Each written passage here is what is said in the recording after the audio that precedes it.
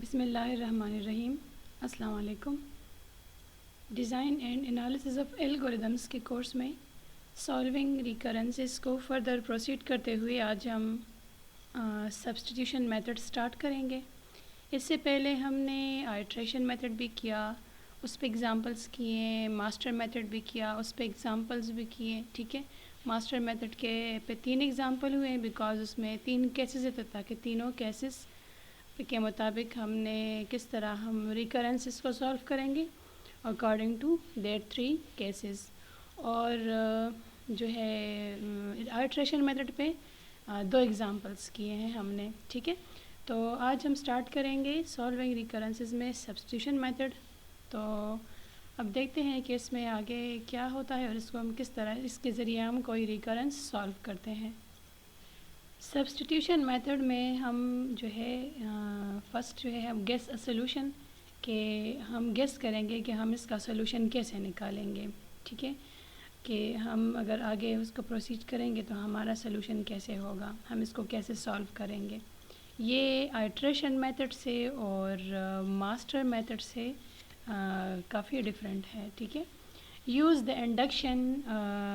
To prove that the solution work. और फिर हमने उसके मुताबिक ये करना है कि हम हमारा जो हमने गेस लिया है, जो गेस किया है आया उस तरीके से जो है हमारा वो सोल्यूशन वो है उस तरह वो वर्क कर रहा है या नहीं कर रहा, हमारे गेस के मुताबिक जो है वो काम हो रहा है या नहीं हो रहा। ठीक है, अब ये है कि सपोज़ हमारे पास टी ऑफ एन है, हम उसको ये गेस करते हैं, guess the solution for T of N is equal to और to the G of N, where G of N you know ये फंक्शन ऑफ एन हो गया, एफ ऑफ एन हम लेंगे या जी ऑफ एन लेंगे। और ये जो है हम जो हमने 3 बेस्ट वर्स्ट और एवरेज केसेस के बारे में मैंने आपको डिस्कस किया ऑलरेडी, ये O of N, theta of N, omega of N या इस तरह ओमेगा ऑफ फंक्शन ये बता चुकी हूँ। Induction goal apply the definition of asymptotic notation. अब कोई भी एसिम्प्टोटिक नोटेशन इसको अप्लाई करेंगे कि अगर हमारे पास ये है सपोज टी ऑफ एन जो है हमारे पास वो किस तरह, तो जो ओ ऑफ जी ऑफ एन है ओ हमारे पास अपर बाउंड के लिए यूज़ होता है। ये मैं पहले डिस्कस कर चुकी हूँ कि ओ हमारे पास अपर बाउंड के लिए या वर्स्ट केस के लिए यूज़ होता है। ठीक है, the induction goal apply the definition of asymptotic notation. और अगर हम ये करें t of N is less than d, कोई भी हम इसके लिए डी कोई कांस्टेंट फैक्टर लेंगे और where g is the any function, it can be f of n, it can be g of n, it can be anything, but it's a function against the n. ठीक है, कोई भी function हो सकते हैं, where d will be the for some value d greater than 0, greater than 0 इसलिए कि ये मेरे पास अगर 0 हो गया तो ये पूरा फंक्शन 0 हो जाएगा। ठीक है, और n जो है n is greater than or equal to n naught, तो नंबर ऑफ n जो है, अब अगर हम जो है हमारे पास नंबर जो है या तो n naught first number, second, third and so on, इससे आगे जितने भी नंबर्स होंगे उसके लिए हम जो है यहाँ पे अगर हम सपोज़ कर रहे हैं सॉर्टिंग कर रहे हैं तो सॉर्टिंग के लिए भी हमें मल्टीपल नंबर्स चाहिए। अगर या कोई और रिकरेंसेस हम क्यों यूज़ करते हैं, रिकरेंसेस क्यों आती है, मल्टीपल जो हमारे पास ऑपरेशंस परफॉर्म होती है एक जैसी, तो उसको ख़त्म करने के लिए मल्टीपल जो कॉलिंग स्टेटमेंट्स होती है उसको ख़त्म करने के लिए कितनी दफ़ा ये कॉल हो रहा है, तो यहाँ पे नंबर ऑफ़ n उसको डिफ़ाइन करेगा। इंडक्शन हाइपोथेसिस टी ऑफ के भी मेरे पास कोई वैल्यू होगी, वेर के वही अगर हम टी ऑफ एन लिया t of k will be any number. ठीक है, अगर जैसा टी ऑफ एन है तो T of n representing the number of, या तो आइट्रेशन होगा या उसी फंक्शन के अगेंस्ट उसी फंक्शन में जो एन होंगे, एन के मुतालिक आपको जो मैं पहले एग्जांपल्स करा चुकी हूँ ना, तो एन हमें कोई नंबर शो कर रहा था कि इस तरह कोई आगे उसमें नंबर में चेंज आना, एन डिवाइड होना या इस तरह मल्टीप्लाई होना, इसके लिहाज से या एन माइनस हो रहा है कहीं पे, तो जी ऑफ एन या एफ ऑफ एन के बारे में आप ऑलरेडी इस पिछले एग्जांपल्स में काफ़ी आपको समझ आ गई होगी। और टी ऑफ के या के ले या एन ले एक ही बात है, के will be any constant factor, increasing factor होगा 0 से लेके अप टू एन या के नॉट से लेके अप टू सो ऑन। और जो है तो k would be less than n, जो एक्चुअल नंबर होगा, नंबर ऑफ या आइट्रेशन होंगे या नंबर ऑफ एलिमेंट्स होंगे इस फंक्शन में जो भी, तो के की वैल्यू एन से लेस होगी। अब ये हमारे पास ये हमने एक इंडक्शन हाइपोथेसिस हमने ख़ुद से एक वो ली है, ख़ुद से एक सपोजिशन ली है। अब कहते हैं हम इसको प्रूफ कैसे करेंगे।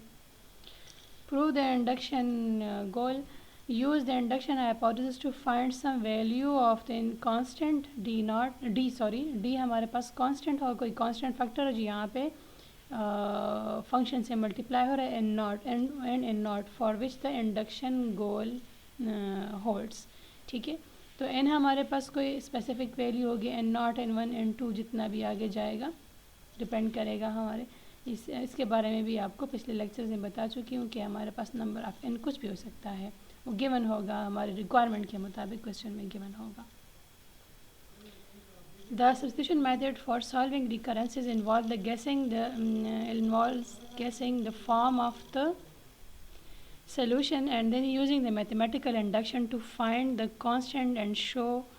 that the solution works or not। तो यहाँ पे बता रहे हैं कि हमने ख़ुद से एक assumption लेनी है कि अगर हम इसको इस तरीके से सॉल्व करेंगे, कोई हम वैल्यू ऐड करेंगे या सब्ट्रैक्ट करेंगे, कोई ख़ुद से कांस्टेंट वैल्यू उसमें डालेंगे तो आया वो उस तरीके से वो सोल्यूशन वर्क करेगा या नहीं। The name comes from the substitution of the guessed answer for the function when the inductive hypothesis applied to smaller values। अब smaller value पे अप्लाई हो के वैसे नॉर्मली अगर बिगर लार्ज वैल्यू पे अप्लाई करेंगे तो उसमें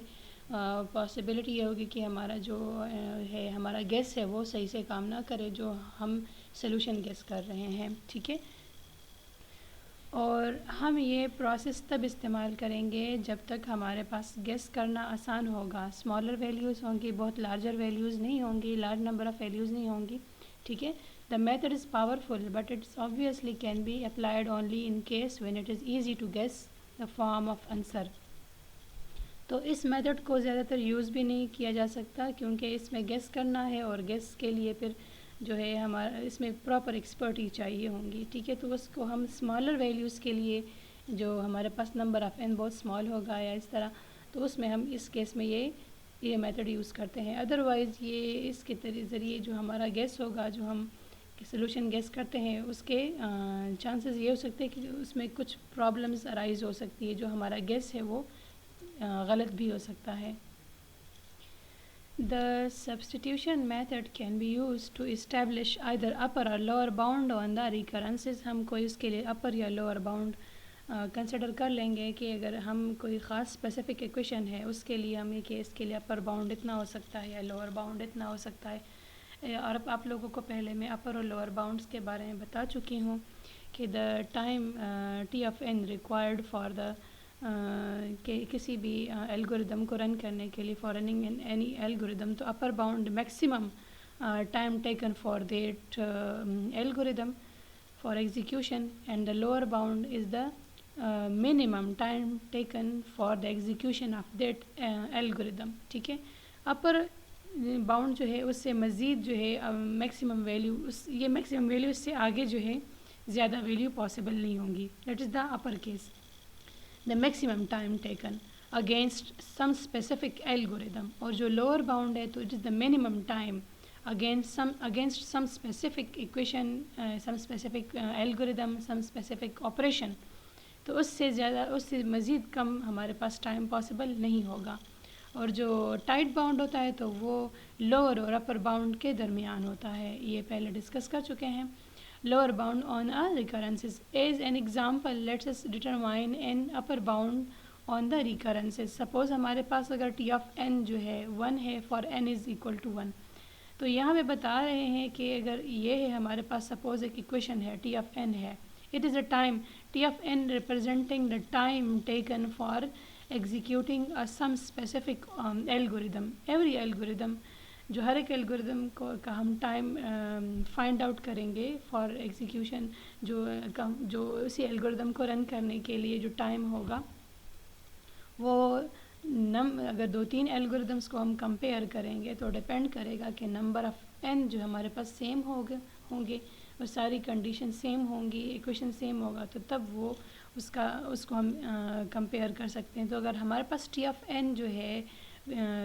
दो अपर और लोअर बाउंड की बात हो रही है ना, ठीक है, तो t ऑफ n हमारे पास 1 होगा अगर हमारे पास n की वैल्यू 1 होगी इस केस में। ठीक है। और t of n is equal to 2t n/2 plus n ये है। तो ये तब होगा जब n की वैल्यू ग्रेटर देन 1 होगी। अब डिपेंड करेगा कि हम क्या वैल्यू लगाएंगे n की। इधर आया हम 2 लगाएंगे, 4 लगाएंगे, अप टू सो ऑन। मैं 2 और 4 की ये बात करेंगे कि डिवाइड बाय 2, तो अगर 1 है तो ये 1 डिवाइडेड बाय 2 पॉसिबिलिटी इस तरह नहीं है। For 1 is equal to 1 and so on आगे जो जाएगा डिपेंडिंग द वैल्यू ऑफ 1 के n कि हमारे पास n की वैल्यू है क्या। Suppose we guess that the solution is t of n is equal to O of n to the log of n. Our method is to prove that t of n is less than or equal to c to the log of n to the log of n for an appropriate choice of the constant c greater than 0. We start by assuming that this bound holds for n by 2 and that is that अब अगर हमें इस तरह के question given है, suppose हमें given ये है, ठीक है, और हमने इसको our method is to prove t of N is less than or equal to c n to the log of n for n appropriate choice of the c constant value c greater than zero. Greater than zero इसलिए कि अगर ये zero होगा तो ये पूरा term zero हो जाएगा, क्योंकि zero multiply anything it could be zero. So we start by assuming that this bound holds for n by 2 के लिए फिर आगे so on इसको हम जो करेंगे आगे प्रोसीड करेंगे। तो अगर हमारे पास n जो है n हमारे पास n by 2 है, तो यहाँ पे जो इक्वेशन गिवन है, ठीक है, हम इसमें n की बजाय n by 2 लिखेंगे। तो अगर हमारे पास t of n is equal to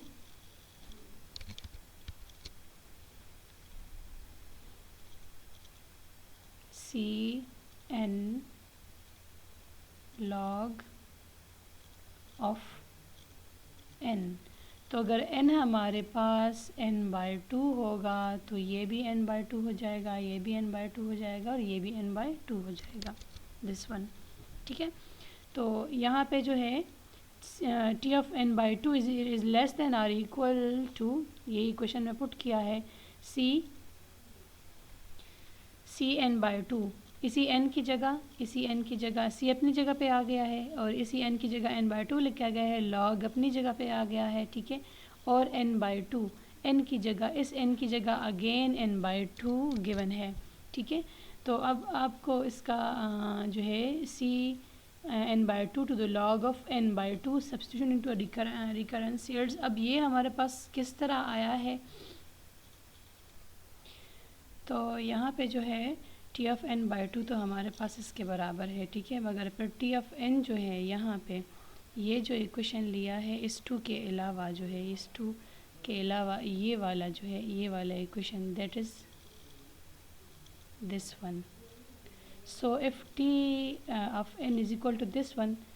T of N by 2 is equal to this one, तो इसका जो डबल होगा तो इसको 2 टाइम मल्टीप्लाई, इसलिए 2 इसलिए लिखा है कि तो टी एन बाई 2 है ना, तो ये जब 2 टाइम होगा तो फिर ये मेरे पास टी ऑफ एन हो जाएगा, ठीक है। तो इसको अगर मैं इस वे से लिखूँगी, एक ही बात है, T of N by 2 is equal to this. So इसका जो है एन टी ऑफ एन है, तो T of N is equal to 2 time of this one, this equation T of N by 2, T of N is equal to 2 time of this one plus N. हाँ, N हम खुद से एक खुद से solution निकालेंगे कि हम अगर इसमें n ऐड करेंगे, असल में हमने इस इक्वेशन पे लाना है। इस इक्वेशन पे लाने के लिए हम कोई वैल्यू ऐड या सब्ट्रैक्ट करेंगे ताकि हमारा डिज़ायर्ड इक्वेशन आ जाए, ठीक है। तो यहाँ पे जो है अगर मैं ये करूँगी तो क्या हो जाएगा, 2cn बाई 2 है, तो 2cn बाई 2 है, 2cn बाई 2, तो ये 2 और 2 कैंसिल हो गए यहाँ पे, तो इसलिए ये cn आ गया, ये 2cn बाई 2 ये हो गया, तो 2 और 2 कैंसिल हो गए यहाँ पे, और मेरे पास log n बाई 2 रह गया है, और प्लस n जो मैंने बताया कि हम कोई ऐसी वैल्यू ऐड या सब्ट्रैक्ट करेंगे ताकि हमारे पास जो हमने सब्स्टिट्यूट किया है, कोई हमने ख़ुद से एक सोल्यूशन गेस किया है, उस तक आंसर लाने के लिए, ठीक है। तो यहाँ पे जो है इसके समझ आ गया कि 2cn/2, तो ये 2 इस 2 से कैंसिल हो गया बिकॉज ये डिवीजन में है और ये सारा कांस्टेंट फैक्टर है, ठीक है। अब ये मेरे पास ये क्वेश्चन आ गया cn = log of n/2, इससे ये आ गया। अब ये जो है log के रूल के मुताबिक हमारे पास जो है log n/2, तो log इसका जो है इसका क्या अगर हम इसको करेंगे सॉल्व करेंगे तो ये हमारे पास बराबर है log of n minus log of 2। इससे जो हम निकालेंगे, इससे जो आंसर निकालेंगे इससे, तो log of n/2 का जो आएगा नेक्स्ट स्टेप होगा log of n upper value minus log of 2, ये नीचे वाली वैल्यू जो है ये इसको हम इस फॉर्म में सॉल्व, अगर लॉग के रूल्स आपको याद हो मैट्रिक में होते हैं, ठीक है, मैट्रिक में लॉगरिथम होता है। तो यहाँ पे जो है log n/2, तो log of n, ये log n minus log of 2 ये, तो इससे मेरे पास जो है ये वाला एक स्टेप ये इस तरह आया है। नेक्स्ट वन, इसके बाद जो है cn log of n/2 के बाद जो है यूँ आया है cn, ये तो अपनी जगह आ गया और इसकी जगह जो है log n माइनस log 2, इसकी जगह जो है मेरे पास ये आया है, ठीक है। अब ये जो है ये वाला स्टेप, अब ये cn log of n, तो ये cn इससे भी मल्टीप्लाई हो रहा है और इससे भी मल्टीप्लाई हो रहा है, तो cn log of n ये मेरे पास आ गया माइनस cn log of 2 इसके साथ हो गया और ये n अपनी जगह पे वापस आ गया है। अब ये जो है ये वाला cn log of n minus cn plus n, अब अगर हमारे पास n की वैल्यू जिस तरह मैंने बताया कि हम सब्स्टिट्यूशन मेथड हम for very small number of n हम यूज़ करते हैं, तो ये value c of n, c कोई कांस्टेंट फैक्टर होगा, ये वैल्यू इतनी कम कि हमारे पास ये नेग्लिजिबल हद तक चली जाए, ठीक है, कि वो बाकी जो इक्वेशन है उसमें इस n की वैल्यू जो है बहुत ही नेग्लिजिबल हद तक हो जाए तो हम इसको निगलेक्ट करेंगे और बाकी मेरे पास जो इक्वेशन ये रह जाएगा, तो ये अपने उसी फॉर्मेट में आ गया जिस तरह हमें चाहिए था, दिस वन, ठीक है। तो ये मैंने क्यों हटाया है, क्यों, तो हम इसमें n number of n suppose हमारे पास अगर 5 या 10 है, उसी एल्गोरिदम के लिहाज से अगर हम उसी ये बाकी इक्वेशन को देखें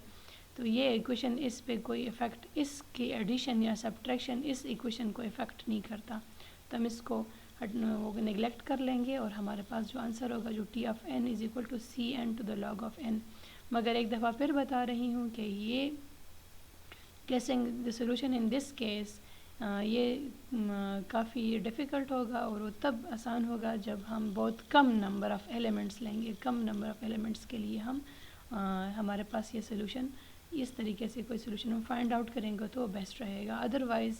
इस केस में सोल्यूशन गेस करना जो है कंपैरेटिवली डिफ़िकल्ट है। आई होप यहाँ तक आप लोगों को समझ आ गई होगी।